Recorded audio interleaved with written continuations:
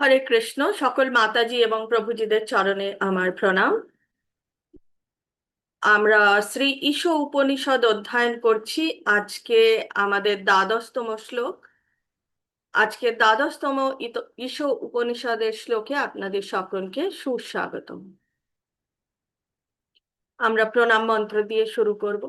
ওম অজ্ঞানতিমিরান্ধস্য জ্ঞানাঞ্জনশলাকয়া চক্ষুরুন্মিলিতং येन তস্मै শ্রীগুরুভ্যে নমঃ। श्रीचैतन्यमनोभीष्टं स्थापितं येन भूतले स्वयं रूपा कदा मह्यं ददाति स्वापदान्तिकम्। वन्देऽहं श्रीगुरु श्रीयुतपदकमलं श्रीगुरून् वैष्णवांश्च श्रीरूपं साग्रजातं सहगण रघुनाथान्वितं तं सजीवं साद्वैतं सावधूतं परिजनसहितं श्रीकृष्णचैतन्यदेवं श्रीराधाकृष्णपादान् सहगण ललिता श्रीविशाखान्वितांश्च। हे कृष्ण करुणा सिंधु दीनबंधु जगतपते गोपेश गोपिका कांतो श्री राधा कांतो नमस्तुते।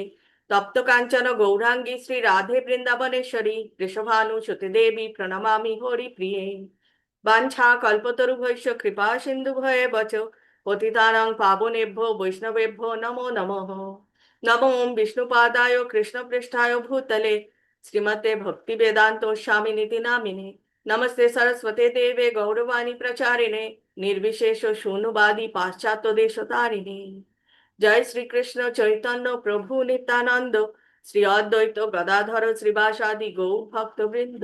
हरे कृष्ण कृष्ण कृष्ण हरे हरे हरे राम राम राम हरे हरे। निताई गौर प्रेमानंदे हरि हरि बोल। श्रीला प्रभुपाद की जय। श्रीला गुरु महाराज की जय। गुरु परंपरा की जय। श्री श्री राधा गोविंद जी की जय। समबत गौर भक्त वृंद की जय। ओम नमो भगवते वासुदेवाय। ओम नमो भगवते वासुदेवाय। ओम नमो भगवते वासुदेवाय। শ্রী ঈশ উপনিষদের দ্বাদশতম মন্ত্র আজকে আমরা অধ্যয়ন করব। अंधं तम प्रविशान्ति ये असम्भूतमुपासते ततो भूया इवाते तमो यायु सम्भूत्यं रतः। শ্রীলা প্রভুপাদের অনুবাদ এবং তাৎপর্য আমরা দেখে নেব। শ্রীলা প্রভুপাদ জি কি জয়। দেবতার উপাসনায় যারা নিয়োজিত তারা অজ্ঞানতার অন্ধকারতম প্রদেশে প্রবেশ করে, কিন্তু নির্বিশেষ ব্রহ্ম উপাসকগণ আরো অন্ধকারময় লোকে পতিত হয়। তো এখানে আমরা এটা বুঝতে পারছি, শ্রীলা প্রভুপাদ আরো সরল করে আমাদেরকে বোঝাতে চেয়েছেন যে কলিযুগ কলিযুগে আমরা দেখি চারিদিকে নানান রকম অনাচার চলছে, নানান রকম কর্ম চলছে, যেগুলো বিকর্ম, অর্থাৎ যেগুলো বেদে কোথাও নেই, যেই কর্ম উল্লেখ কোথাও নেই সেই রকম কর্ম চলছে, যেই কর্ম আসলেই করা উচিত না। কিন্তু কলিযুগের একটা সব থেকে ভালো জিনিস, শ্রেয়স্কর জিনিস যেটা চৈতন্য মহাপ্রভু প্রচার করে গেছেন, সেটা হচ্ছে হরের নামা হরের নামাই বা কেবলম খালাউ নাস্তেভ্যা গতির অন্যথা। কলিকালে শুধুমাত্র হরি নাম জপ করেই আমরা উদ্ধার হতে পারি। সব থেকে সহজ পন্থা যেটা, কোনো কঠোর নিয়ম নেই এর মধ্যে, কোনো কষ্ট করে কিছু করতে হবে না, যে যেভাবে যেখানে রয়েছে সেখানেই শ্রবণম কীর্তনম বিষ্ণু স্মরণম। এবং কি কীর্তন করবে? ভগবানের নাম জপ করবে। হরে কৃষ্ণ মহামন্ত্র। জয় শ্রীকৃষ্ণ চৈতন্য প্রভু নিত্যানন্দ শ্রী অদ্বৈত গদাধর শ্রীবাসাদি গৌর ভক্তবৃন্দ। হরে কৃষ্ণ কৃষ্ণ কৃষ্ণ হরে হরে হরে রাম রাম রাম হরে হরে। এই 16 নাম 32 অক্ষর, এই মহামন্ত্র জপ করেই আমরা উদ্ধার পেতে পারি। অন্য কোনো নিয়ম কানুন, অন্য পুজো অর্চনা না করলেও চলবে। অত্যন্ত সহজ পন্থা যেটা। তো হরি নাম করে যদি আমরা ভগবত ধামে ভগবানের কাছে পৌঁছতে পারি, তাহলে এই যে জীবন মৃত্যুর যে চক্র, জন্ম মৃত্যু জরা ব্যাধির চক্র, যেখানে আমরা যুগ যুগান্তর ধরে ভ্রমণ করে চলেছি, সেখানে আর ভ্রমণ করতে হবে না। কারণ এই যে আহ, মায়ার জগৎ, এই জগতে খালি দুঃখ এবং কষ্টই রয়েছে, যার জন্য ভগবদ গীতায় বলা হয়েছে দুঃখালয়ম অশাশ্বতম। দুঃখালয়, দুঃখের আলয়, এবং অশাশ্বত, মানে এটা পার্মানেন্ট নয়, এটা স্থায়ী নয়, অস্থায়ী। কিন্তু সেই হরিনাম ছেড়েও যদি কেউ দেবদেবতাদের উপাসনায় নিয়োজিত হয়, তাহলে তারা অন্ধকারতম আহ, অজ্ঞানতার মধ্যে প্রবেশ করে। কেন? কারণ দেবদেবীর উপাসনা করে আমরা সেই দেবদেবীর লোকে পৌঁছতে পারবো। দেবদেবীর লোকে পৌঁছানোর পরে আমরা যতটুকু পুণ্য অর্জন করেছি, যতটুকু আমাদের এই পথে যতটুকু ব্যাংক ব্যালেন্স জমা করতে পেরেছি, সেই ব্যাংক ব্যালেন্সটা সেখানে গিয়ে আমরা সেখানকার সুখ ভোগ করতে করতে যখন আমাদের সেই সুখ ভোগের অ্যাকাউন্ট ব্যালেন্স জিরো হয়ে যাবে, তখন আবার কিন্তু আমাদের জন্মগ্রহণ করতে হবে। তাই বলছে অজ্ঞানতার অন্ধকারতম প্রদেশে প্রবেশ করতে হবে। এবং যারা নির্বিশেষবাদী, যারা ব্রহ্মের উপাসনা করেন, যারা কোনো দেব দেবতার উপাসনা করেন না, যারা ভগবান শ্রীকৃষ্ণের উপাসনা করেন না, তারা আরো অন্ধকার জায়গায় পৌঁছায়। তাৎপর্য দেখে নেব। এই শ্লোকে সংস্কৃত অসম্ভূতি শব্দটি, যাদের কোনো স্বাধীন অস্তিত্ব নেই, তাদের কথাই উল্লেখ করা হয়েছে। সম্ভূতি শব্দে পরম স্বতন্ত্র পূর্ণ পরমেশ্বর ভগবানকে বোঝানো হয়েছে। ভগবদ্গীতায় পরম পুরুষ ভগবান শ্রীকৃষ্ণ বর্ণনা করেছেন। শ্রীকৃষ্ণ দশম অধ্যায়ের দ্বিতীয় শ্লোকে বর্ণনা করেছেন, নামে বিদু সুরাগানাহ প্রভাবম না মহর্ষয়ঃ অহমাদির্হি দেবানাম মহর্ষিণাম চ সর্বশঃ। এখানে ভগবান কি বলেছেন? দেবতা বা মহর্ষিরা আমার উৎপত্তি অবগত হতে পারেন না, কেননা সর্বতোভাবে আমি দেবতা ও মহর্ষিদের আদি কারণ।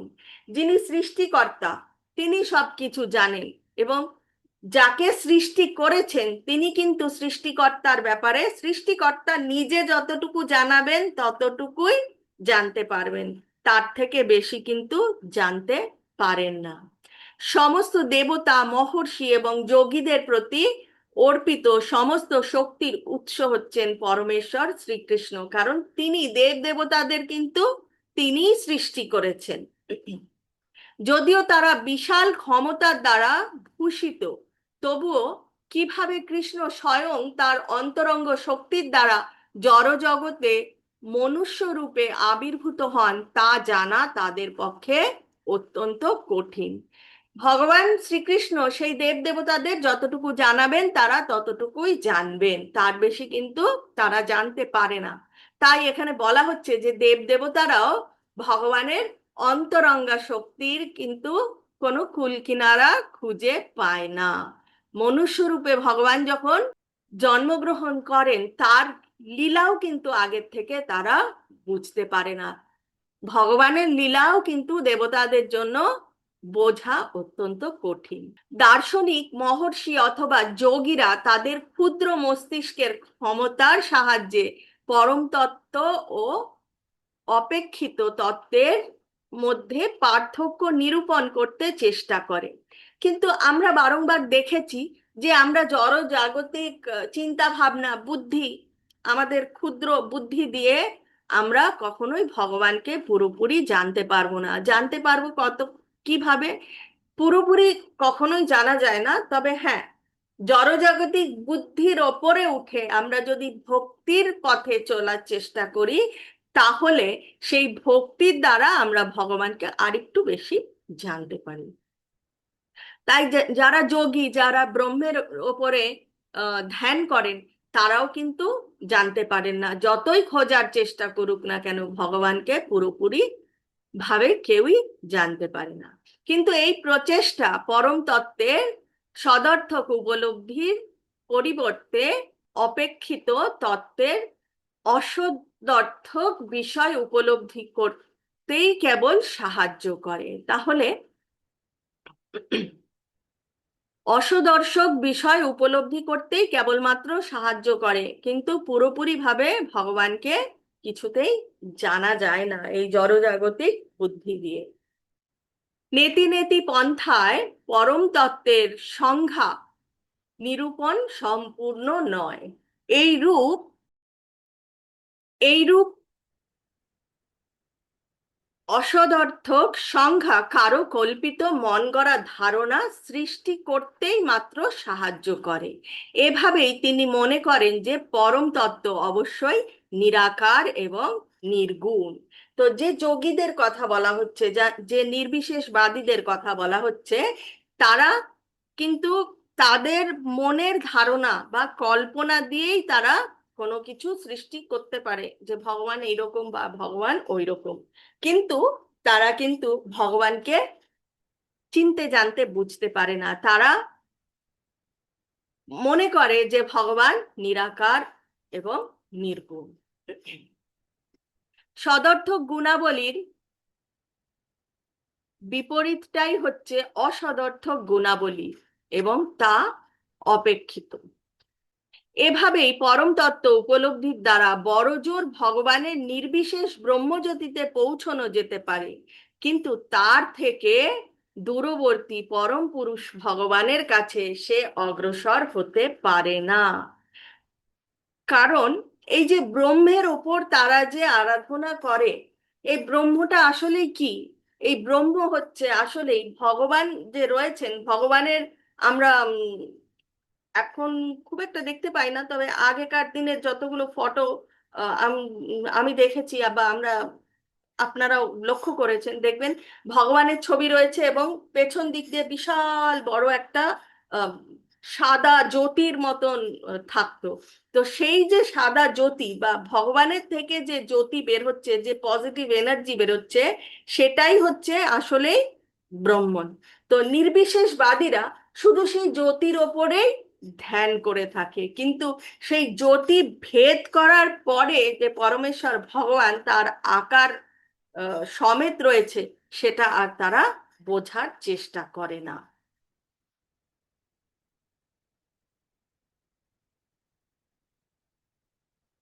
এই প্রকার মনোধর্মী প্রসূত জল্পনাকারীরা জানে না যে শ্রীকৃষ্ণই হচ্ছেন পরম তত্ত্ব, পরমেশ্বর ভগবান।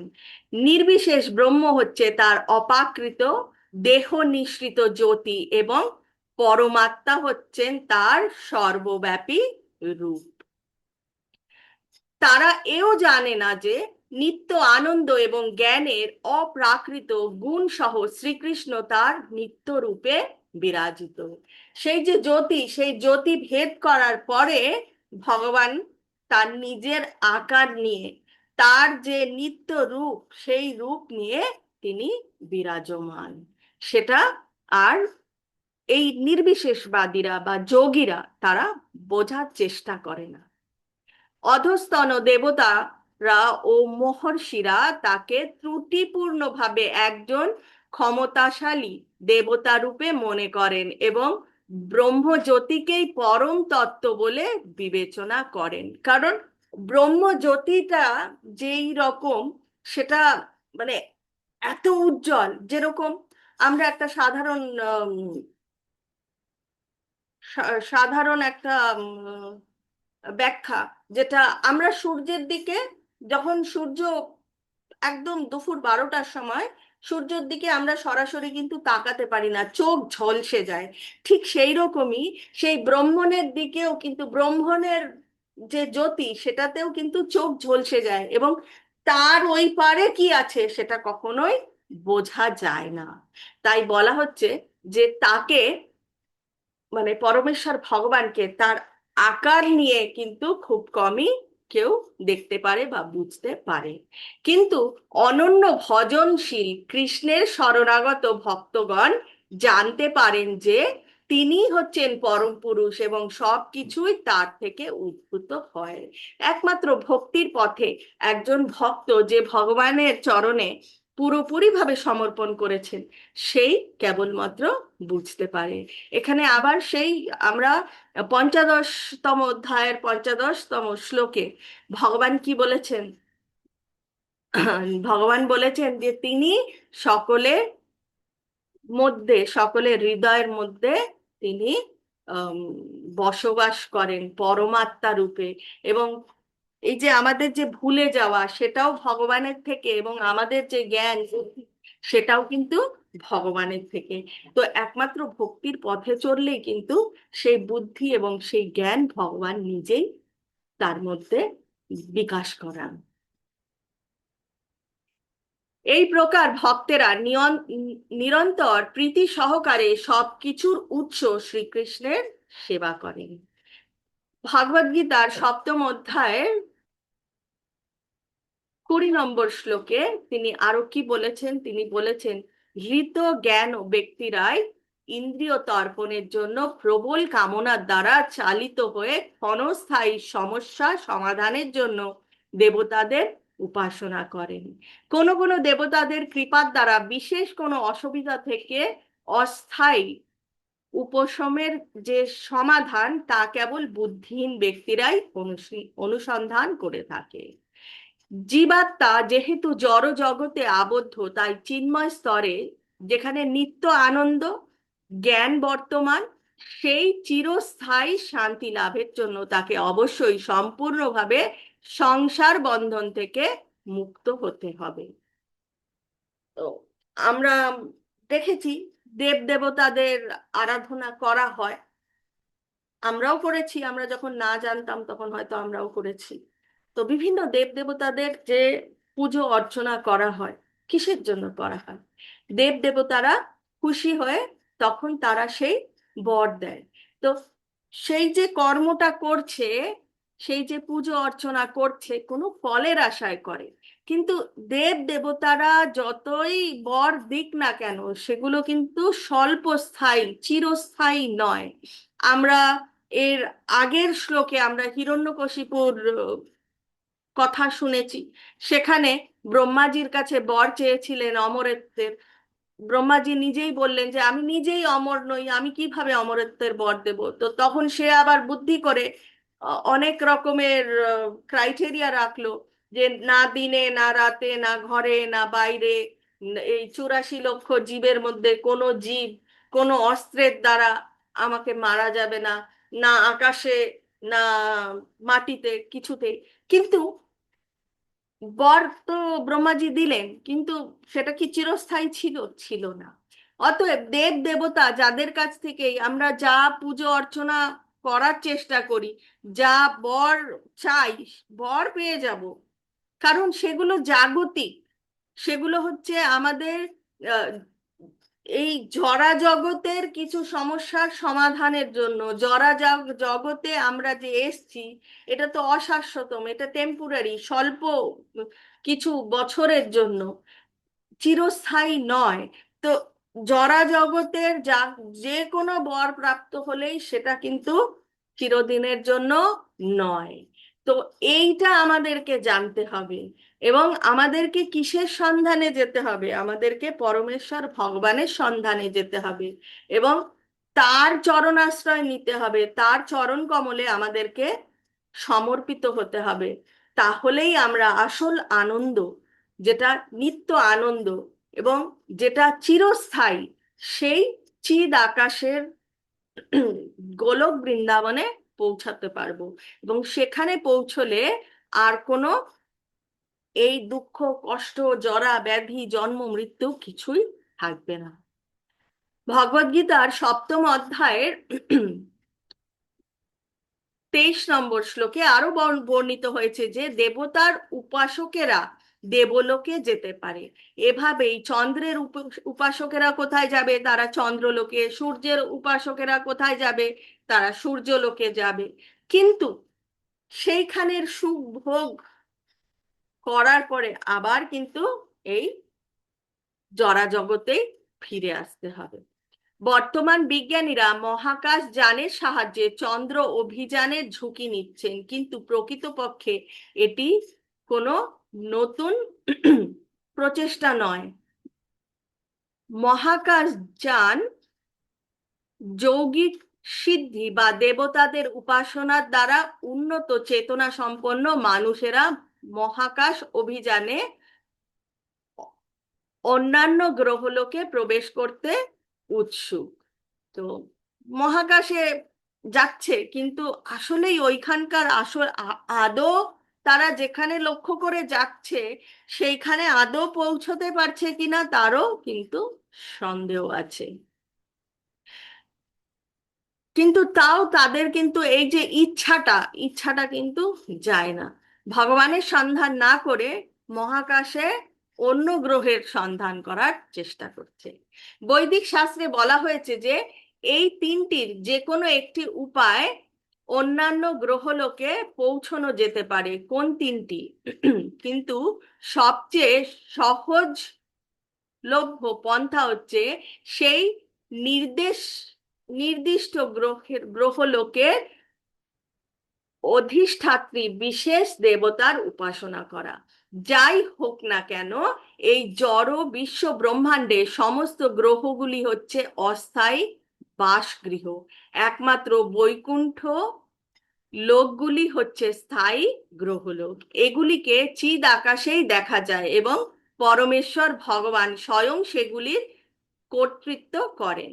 আচ্ছা, ভগবদ গীতায় বলা হয়েছে আব্রহ্মা ভুবনাল্লোকা পুনরাবর্তিনোর্জুনা মামুপেত্যা তু কৌন্তেয়া পুনর্জন্ম ন বিদ্যতে।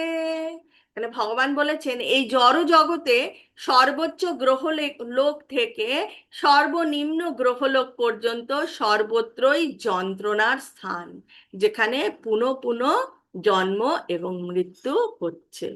তাহলে 14টি লোক রয়েছে।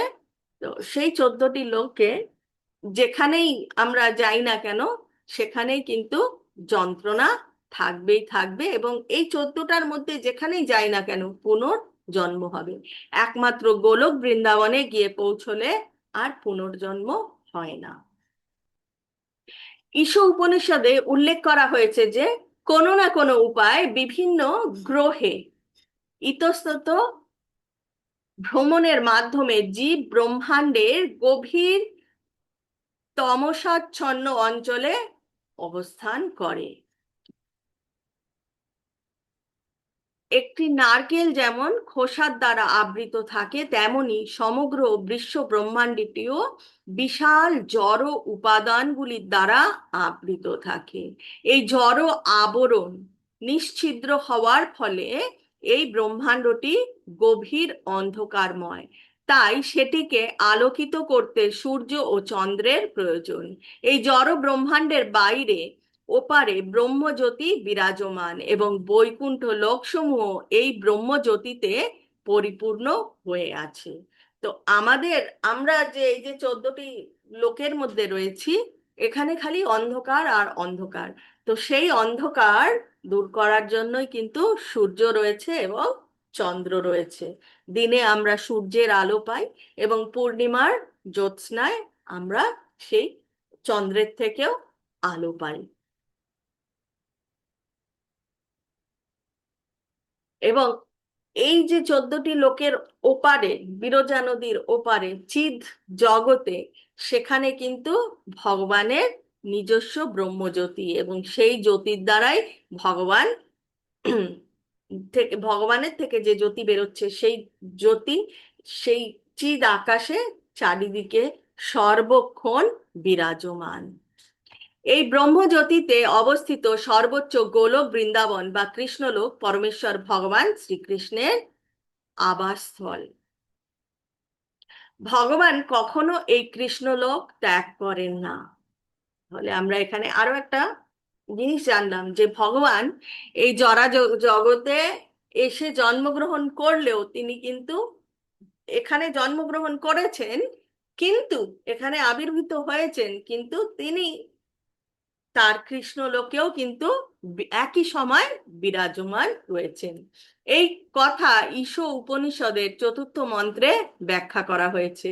ঠিক সূর্যের মতো ভগবান সর্বত্রই বিরাজমান। তবুও সূর্য যেমন বিপথে চালিত না হয়ে তার নিজস্ব কক্ষপথে অবস্থিত, তেমনি তিনিও একই স্থানে অবস্থিত। তো ভগবান সর্বক্ষণ কিন্তু তার একই সময় ভগবান কিন্তু কৃষ্ণলোকেও রয়েছেন এবং মথুরা বৃন্দাবনেও কিন্তু এখনো রয়েছেন। আজকের দিনেও মথুরা বৃন্দাবন এবং নবদ্বীপে ভগবান কিন্তু সর্বক্ষণ সেই স্থানে বিরাজমান। কেবলমাত্র চন্দ্র অভিযান দ্বারা জীবনের সমস্যার সমাধান হতে পারে না। আজকাল অনেক কপট উপাসক আছে যারা নাম এবং যশ লাভের জন্য ধার্মিক হয়। এই সব কপট ধার্মিক ব্যক্তিরা মাইক জগৎ ত্যাগ করে চিদ আকাশে উপনীত হতে প্রয়াস করে না। তারা এই যে ধার্মিক, তারা যে ধার্মিক সাজছেন বা আহ, আহ, দেখাচ্ছেন যে তারা ধার্মিক, সেটা কিসের জন্য? তারা শুধুমাত্র জড়জাগতিক নাম এবং যশ লাভের জন্যই করছেন। তারা আসলেই কিন্তু ভগবানের কাছে পৌঁছানোর চেষ্টা করছেন না। তারা ভগবত উপাসনার ছলে এই জড় জগতে নিজেদের পদমর্যাদা রক্ষা করতে চায় মাত্র।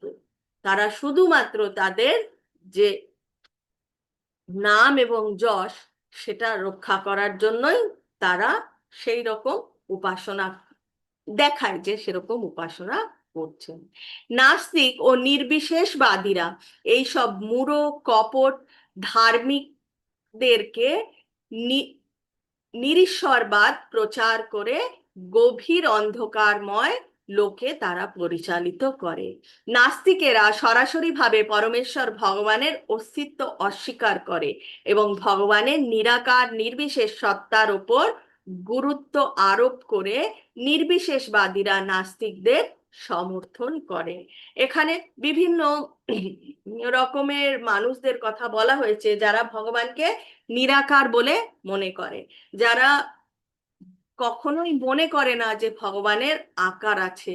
এবং সেই যে ব্রহ্মজ্যোতির ভেদ করার পরে আমরা যে ভগবান রয়েছে সেটা জানি, তারা কিন্তু সেটা জানতে পারে না। এভাবেই এই পর্যন্ত আমরা ঈশো উপনিষদের কোনো মন্ত্রের সম্মুখীন হইনি যেখানে পরমেশ্বর ভগবানকে অস্বীকার করা হয়েছে। বলা হয় যে তিনি সকলের চেয়ে দ্রুতগামী, এটা আমরা আগের শ্লোকেও দেখেছি। যত দ্রুতগামী বস্তুই থাকুক না কেন, তার থেকেও বেশি আগে কিন্তু ভগবান চলতে পারে। যারা অন্যান্য গ্রহলোকের দিকে গমন করেছে তারা সকলেই নিঃসন্দেহে ব্যক্তি এবং তারা নিঃসন্দেহে ব্যক্তি এবং ভগবান যদি তাদের সকলের চেয়ে দ্রুত গমনাগমন করতে পারেন, তখন নিরাকার নির্বিশেষ রূপে কিভাবে তিনি বিবেচিত হতে পারেন? তো এখানে এটাই বোঝানো হচ্ছে যে ভগবানের আকার রয়েছে। পরমেশ্বর ভগবানের নিরাকার নির্বিশেষ ধারণা হচ্ছে পরম তত্ত্বের অসম্পূর্ণ ধারণা এবং সেই ধারণা থেকে উত্থিত অজ্ঞানতার আরো একটি রূপ। যারা সরাসরিভাবে বৈদিক শাস্ত্রবিধান লঙ্ঘন করে চলেছে, সেই অজ্ঞ কপট ধার্মিকেরা এবং তথাকথিত অবতার সৃষ্টিকারীরা বিশ্ব ব্রহ্মাণ্ডের গভীরতম অন্ধকার লোকে প্রবেশ করতে তারা বাধ্য, কারণ তারা তাদের অনুগামীদের বিপথে চালিত করছে। যত গুরু রয়েছে তারা যদি পরমেশ্বর ভগবানকে না চিনিয়ে দিতে পারে বা অন্য কাউকে চেনায়, সেটা কিন্তু একদমই ঠিক নয়।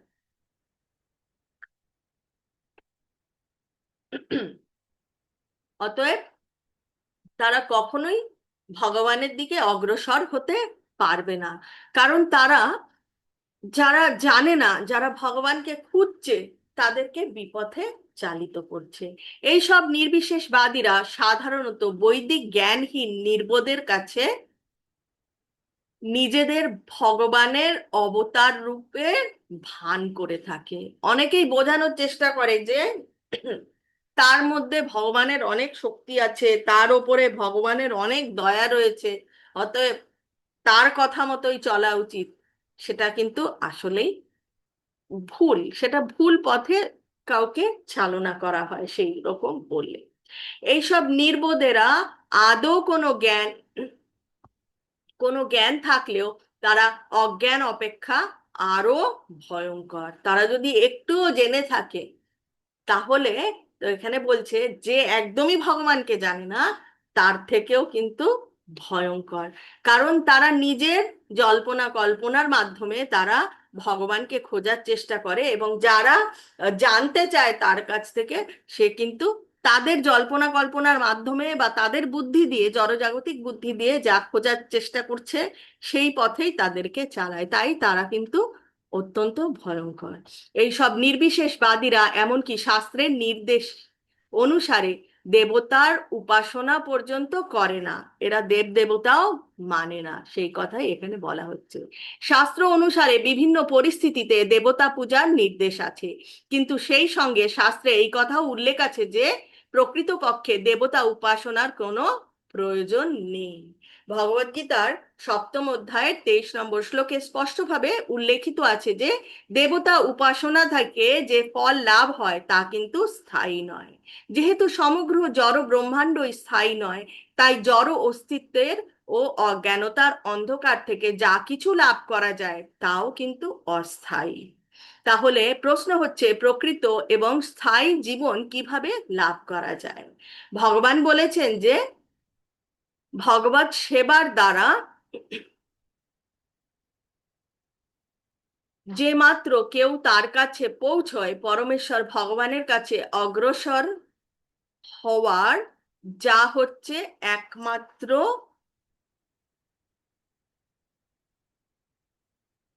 এবং কেবলমাত্র পন্থা, তখন তিনি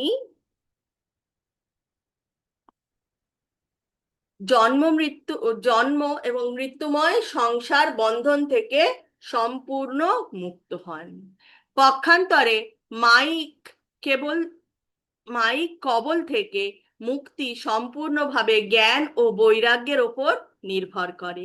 কিন্তু কপট ধার্মিকদের যেমন প্রকৃত জ্ঞান নেই, তেমনি জগৎ সংসারের কাজেও কিন্তু বৈরাগ্য নেই। তাদের অধিকাংশই ধর্মের নাম করে স্বার্থহীন এবং লোকহিতকর কাজ করার অছিলায় মায়ার বন্ধন রূপ স্বর্ণ শৃঙ্খলে আবদ্ধ থাকতে চায়। ধর্মীয় ভাবপ্রবণতার মিথ্যা প্রদর্শনের দ্বারা তারা যখন সব রকম দুর্নীতিমূলক কাজের প্রশ্রয় দেয়, তখন তারা লোক দেখানো ভগবত ভক্তি উপাসনা করে।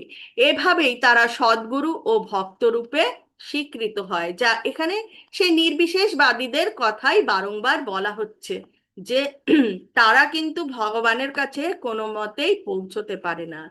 এই প্রকার ধর্মনীতি লঙ্ঘনকারীরা প্রামাণিক আচার্য এবং গুরু পরম্পরার ধারায় অধিষ্ঠিত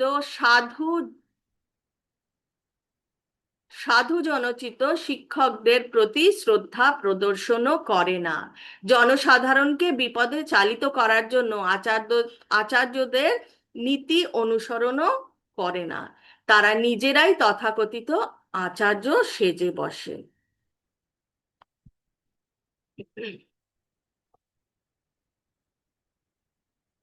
এই ধর্মধ্বজী দুর্বৃত্তরা মানব সমাজের সবচেয়ে ভয়ঙ্কর উৎপাত বিশেষ। যেহেতু ধার্মিক সরকার বা শাসকবর্গ না থাকায় তারা রাষ্ট্রীয় আইনের দ্বারা শাস্তি থেকে রেহাই পায়, কিন্তু তারা দৈবের বিধানের কবল থেকে কিন্তু রেহাই পায় না। ভগবদ্গীতার ষোড়শ অধ্যায়ের 19 এবং 20 নম্বর শ্লোকে শ্রী ভগবান স্পষ্ট ঘোষণা করেছেন যে প্রচার ধর্ম প্রচারকের বেশধারী এইসব ঈশ্বর বিদ্বেষী অসুরেরা নরকের অন্ধকারতম অঞ্চলে নিক্ষিপ্ত হবে।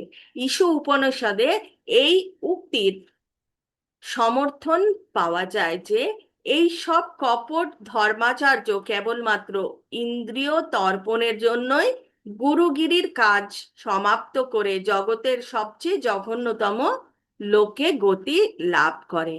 অতএব আমাদেরকে বারংবার এটাই জানতে হবে যে ভগবান এখানে আমাদেরকে কি বলার চেষ্টা করছেন। ভগবান কিন্তু বলার চেষ্টা করছেন যে তিনি নির্বিকার নয়।